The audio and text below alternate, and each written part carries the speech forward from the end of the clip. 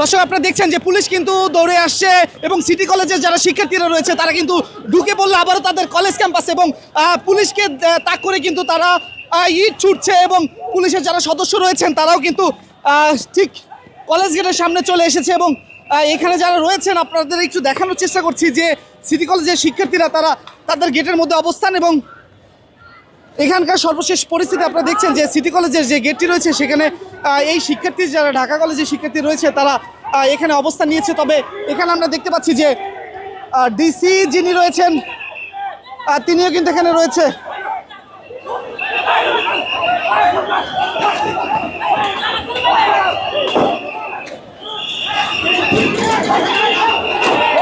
দর্শক কি ছুড়ে মারছে এবং পুলিশের দিকে এমন একটি পরিস্থিতি কিন্তু আপনারা দেখতে পাচ্ছেন।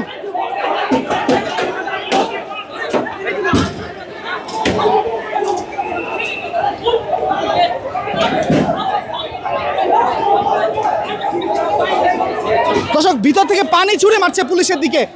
আপনারা দেখতে পাচ্ছেন যে পুলিশের যারা সদস্যরা রয়েছেন তারা কিন্তু ইতিমধ্যে ঠিক গেটের সামনে থেকে সরে যাচ্ছে পানি মারার ফলে এবং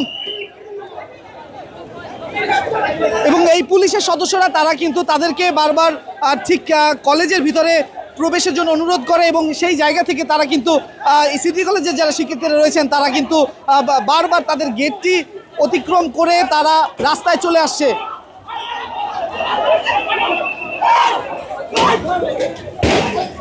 বান্ডেল থাকলে প্রতি সেনমানিতে টাকা বাঁচবে। বিকাশ সেনমানি বান্ডেল কিনে জিতুন প্রতি লেনদেনে।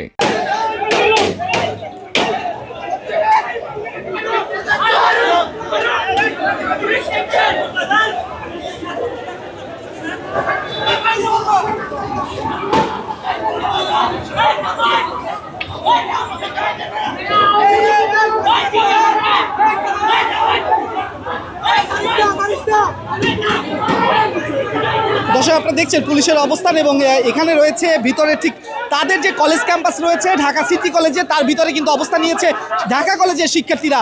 তবে তাদেরকে কিন্তু বারবার বলেছে যাতে করে তারা রাস্তায় বের না হয়ে এই যে একটি পরিস্থিতি বিরাজ করছিল সেটি আসলে। তবে আবার কিন্তু আমরা দেখছি যে পুলিশের যারা সদস্য রয়েছেন তারা কিন্তু সিটি কলেজের যারা শিক্ষার্থীরা রাস্তা অবরোধ করে রেখেছিলেন তাদেরকে ধাওয়া দিলেন।